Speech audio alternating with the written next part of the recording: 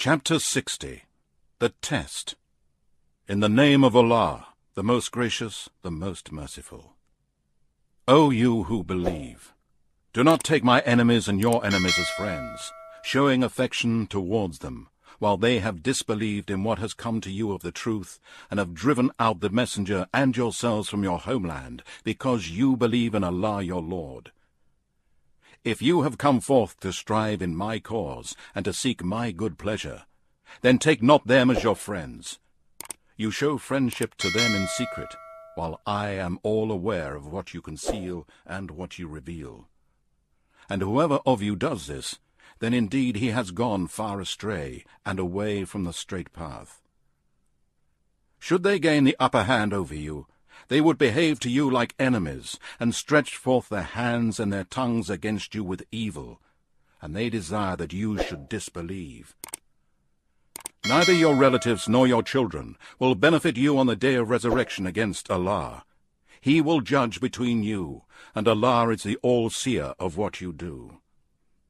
Indeed, there has been an excellent example for you in Abraham and those with him, when they said to their people, "Surely we are free from you and whatever you worship besides Allah.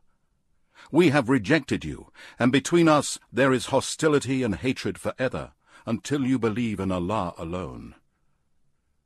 But not when Abraham said to his father, "Surely I will ask for forgiveness from Allah for you, but I have no power to do anything for you before Allah. Our Lord, in you alone we put our trust, and to you alone we turn in repentance, and to you alone is our final return. Our Lord, do not make us a trial for the disbelievers, and forgive us, our Lord. Surely you, only you, are the Almighty, the All-Wise. Certainly there has been in them an excellent example for you to follow, for those who look forward to the meeting with Allah and the last day. And whoever turns away, then surely Allah is rich, free of all wants, worthy of all praise. Perhaps Allah will make friendship between you and those whom you hold as enemies. And Allah has power over all things, and Allah is oft forgiving, most merciful. Allah does not forbid you to deal justly and kindly with those who did not fight against you on account of religion, and did not drive you out of your homes. Surely Allah loves those who deal with equity. It is only as regards those who fought against you on account of religion, and have driven you out of your homes, and helped to drive you out, that Allah forbids you to befriend them.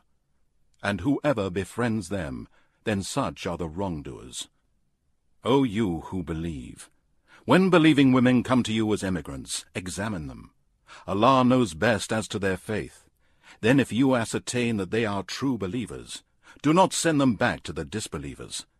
They are not lawful wives for the disbelievers, nor are the disbelievers lawful husbands for them. But give the disbelievers the dowry which they have spent, and there will be no sin on you to marry them, if you have paid the dowry to them.